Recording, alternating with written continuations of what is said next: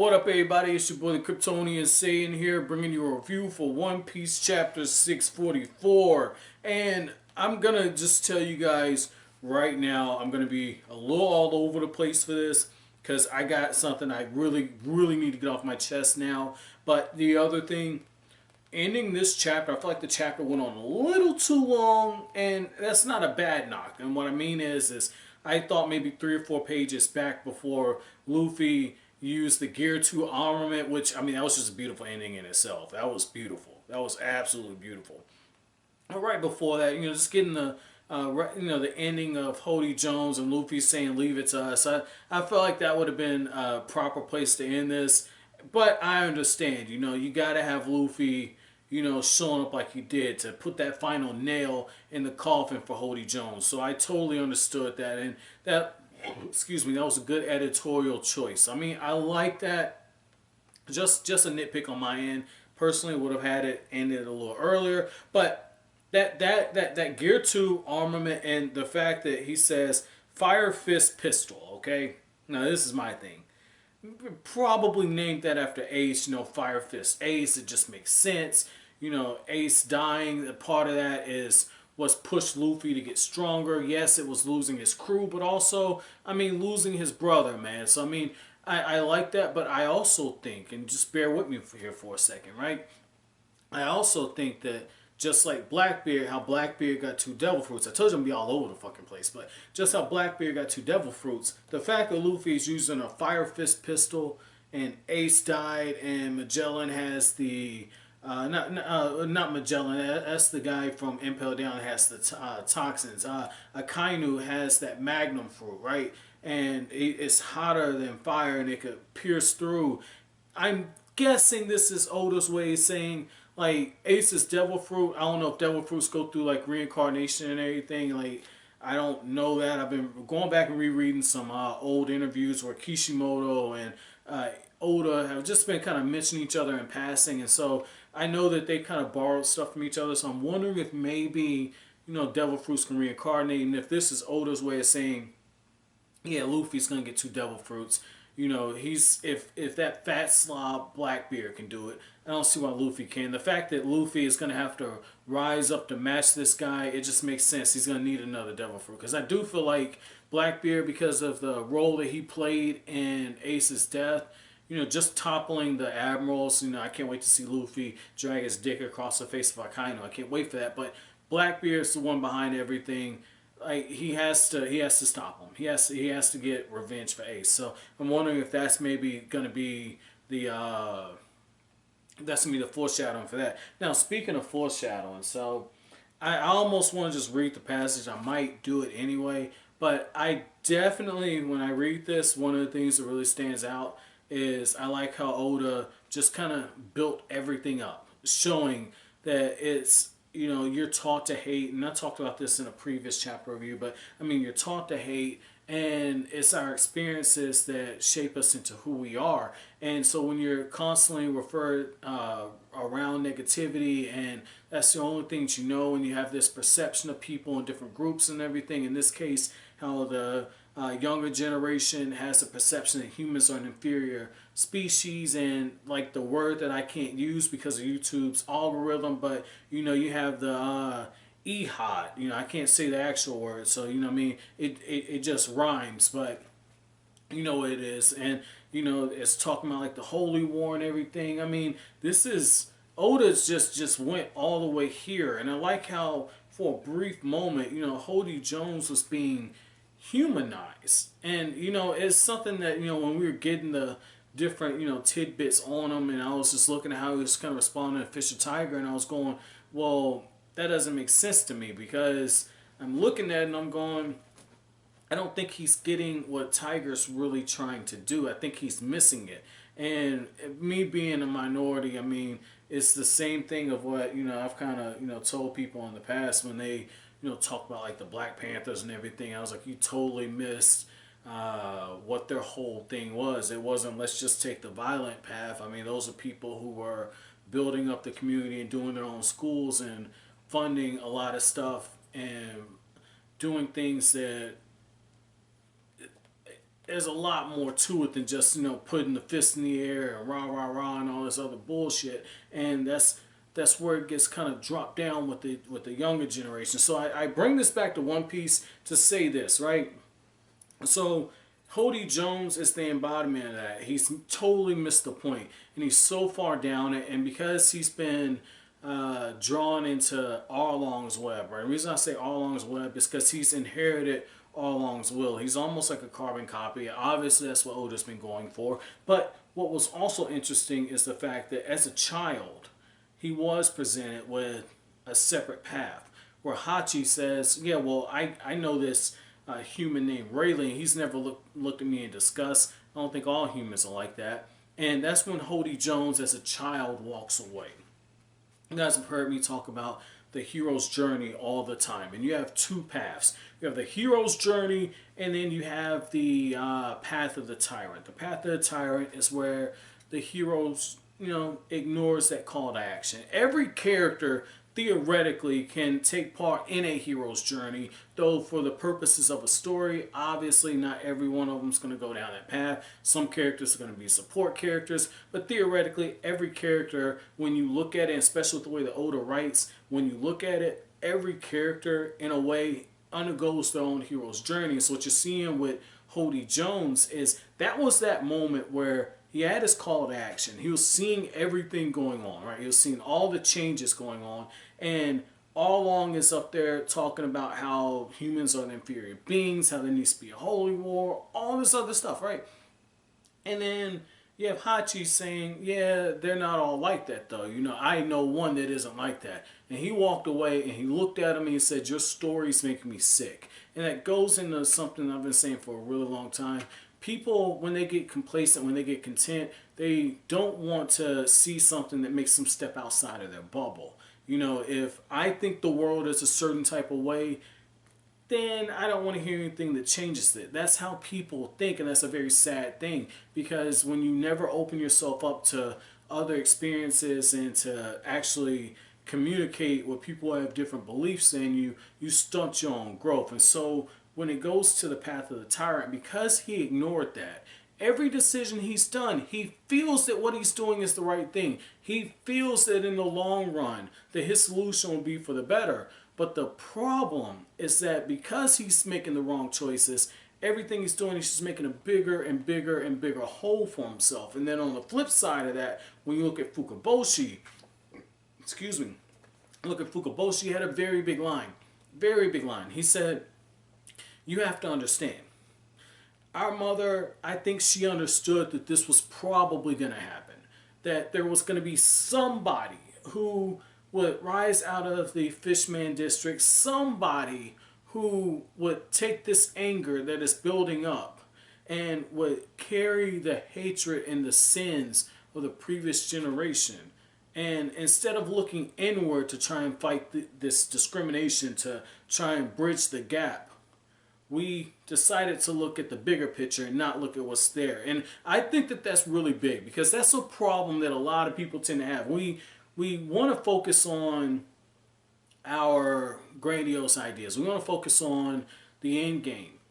Or we want to tell somebody what they're doing wrong. But we don't look at ourselves and realize you don't have your shit together. And that's a very big thing. That's a very big thing. Because when you're in situations like that, how can you give the advice? How can you give the counsel when you yourself are not addressing what you need to address? So I like how Oda slipped that in there with Fukaboshi. Now, this is going to be my mic drop moment, right? Now, I know I've made some fucked up predictions and stuff on the channel before, but this is me talking as far as how I'm interpreting this. And it might be because, you know, just reading certain things in this arc, I mean, just like with the thing with, what's the kid named Luffy's other brother, the one that got blown up by the Celestial Dragon, Sabo. You know, just like what I was seeing what's going on with Sabo and his parents, you know, there was a moment where, and you guys, you know, you've been watching reviews, so, you know, like I got a little, you know, in my feelings a little bit, because I could kind of understand it. You know, I could understand the different things Oda was conveying in there when he was talking class and all the other things, and public relations and optics and relationships and everything. I mean, got my feelings for a little bit. So this might be one of those moments. But when I look at what's being said in this chapter, and then I guess this won't be a mic drop, I'll have to refer to it. But when I look at what's being said in this chapter, right? And you get this whole thing about how here it is. He says, Fukaboshi says, we happen to overlook the hatred for humans that was building in the Fishman district, and by the time we noticed it, that hatred was a power beyond our control. At this rate, Fishman Island will destroy itself with its hatred of humankind. Please, Straw Hat, we do not need our past. Reduce it to nothing. Now, this is my thing, okay? This is my thing. Because Fishman Island is steeped with so many bad memories, where you have a queen who may or may not have had to do some crazy shit with one of the celestial dragons in order to get an invite to the revelry. Because I think that was implied, because she was gone for a minute. She was relatively attractive looking. She went on her own. Otis kind of teased that stuff with the celestial dragons before, given Boa Hancock with the fruit and like her sisters and everything. So I'm reading in between the lines of what Oda's saying here. I mean, and the other thing too, what I also think is important is, like I said, the queen died, Fisher Tiger died. The new generation is just steeped with all of this hatred that was embodied by people like Hody Jones, and the children that are coming up behind them are starting to experience it on both sides. And now you got this Noah arc and everything, and it's rushing towards Fishman Island. Two things gotta happen now. Two things gotta happen. One, Luffy gotta bust up that damn Noah arc. Okay, you gotta bust that shit up. That's for one. Unless they're gonna use that shit to get Luffy and the Straw Hats and other people who can't actually breathe to the surface, that shit gotta go. That shit gotta go, because they can't have any reminder of their past. So that's one. The only thing I'm a little pausing on is the thing that Nico Robin, like, she was saying something about Joy Boy, and she was reading I think it was the Poneglyph or some shit. She was reading something, and she was like shit, I can't remember, but like that she broke up the fight with Jinbe and Luffy, and she spouted that line off of that. And that goes into the whole thing with the relationships between human and fishman. And the fact that you got a fishman, a royal fishman, asking Luffy, who for all intents and purposes is a peasant, is the son of a revolutionary. Now, what do you do if you're the son of a revolutionary? You do some revolutionary shit, okay? You do some revolutionary shit. Like, you got, like, basic shit. Excuse me, hold on, let's back up for a second. You got Nico Robin shit. You got basic shit. You have okay shit. And then you got revolutionary shit, right? And the only thing above revolutionary is legendary, right? So, Luffy being the son of a revolutionary, you gotta do some revolutionary shit. So I'm looking at Fishman Island. I'm looking at that line where Fukaboshi says we don't need our past. And he's saying this when Fishman Island is on the brink of destruction. And how he said that Fishman Island is going to be destroyed from the inside by its hatred. And because of all of the dark memories, an assassination attempt, basically a civil rights activist or figure or whatever you want to paint Fisher Tiger as, murdered. You have basically a terrorist. You have somebody in Arlong who, for all intents and purposes, is basically another Osama bin Laden, if you will. So when you look at all of this, that shit gotta go. Fishman Island gotta go. Like, I'm gonna use this example. When it comes to fire, okay? And this has actually made me think about it, because it's the armament, Gear 2 armament, fire pistol, fuck, man, I don't want to butcher Luffy's new attack, but this is what it is, right? It's the Gear 2 armament Gum Fire Fist pistol, right? So the thing about fire is, a lot of times when you look at literature And you just go back to ancient civilizations and everything, and even in different religious texts that you read, you get different signs where it talks about how the world's going to end in fire, how it's going to be basically burned down and get rebuilt back up from the ashes, right? A lot of civilizations believe that. A lot of civilizations believe it. It's one of the most common literature. I call it a trope because it's used so fucking much. It's a cliche to have that. But Fishman Island, that shit gotta go. That gotta go. And with the fishmen, the mermaids, everybody on this island, the new generation, they need to realize Queen Otohime's dream. Give me 1 second.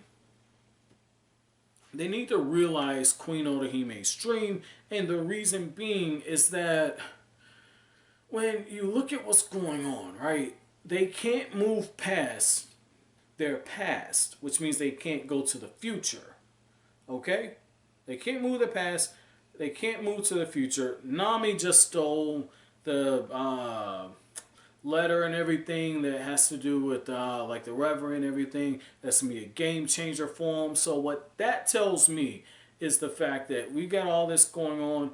Fishman Island's on the cusp of change. And all these people that are in the island, all these people on the island, none of them got the balls to do what Hody Jones is basically doing, which is to basically nuke the whole fucking Fishman Island. In this case, the dude's just off his fucking rocker. The dude's off his fucking rocker. But Luffy, on the other hand, provides an outside perspective.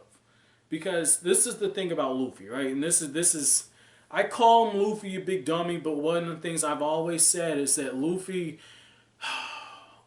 has great emotional intelligence, okay? I hate using intelligent and Luffy in the same sentence because it's just like they don't go hand in hand. I have a fucking playlist getting ready to be set up when I get caught up called Luffy a Big Dummy. Like, I hate doing that, but one thing I will give him is that he might not know all the details, but he can walk into a room, read the atmosphere, probably get half of that shit wrong, but when it comes to the big things of what people are upset over, he's like, oh, okay, you don't like this person. He did this.